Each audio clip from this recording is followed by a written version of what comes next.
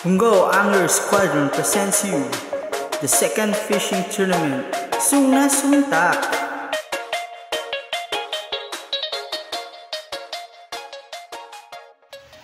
Magandang good morning mga ka-fishing.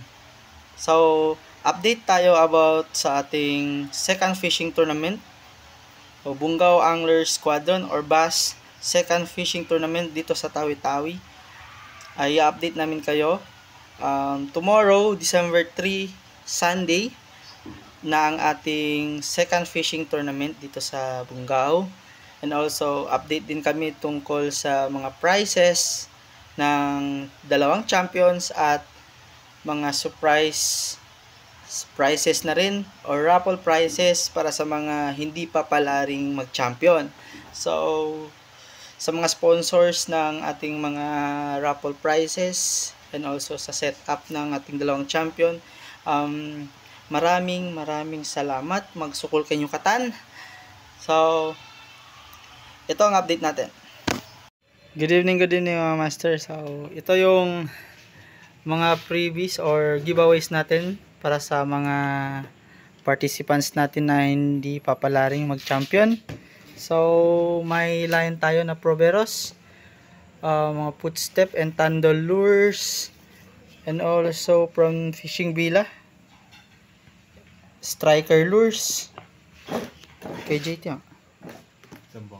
Okay, Sambuanga Tackle Shop, kay bro Mark Balon. So yon, ito yung mga freebies para raffle sa mga hindi papalaring mag-champion. And also sa champion naman, may dalawa tayong setup dito. So ito yung mga partner.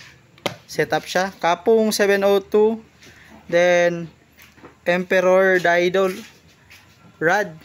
So yung partner nila is RS 1000 series, then Seeking na line 6 pounds. Also RS 1000 series Salty 8 na 6 pounds 300 meters.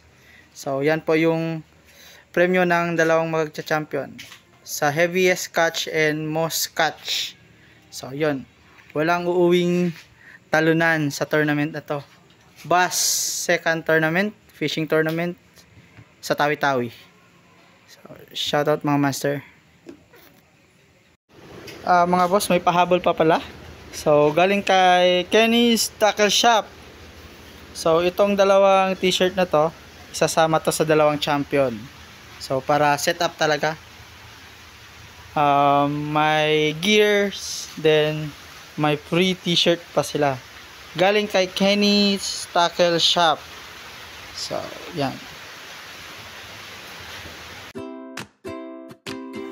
Bungaw Angler Squadron would like to thank the following sponsors: Fishing Villa, JT Tackle Accessories, DJig's Tackle Shop, Sambuanga Tackle Shop, Gerap Apparel and Tackle Shops, Kenny's Tackle Shop, Senorita Fishing Tackle Store, ANA Tackle Shop, and Arking Lures. Magsukol mga masters.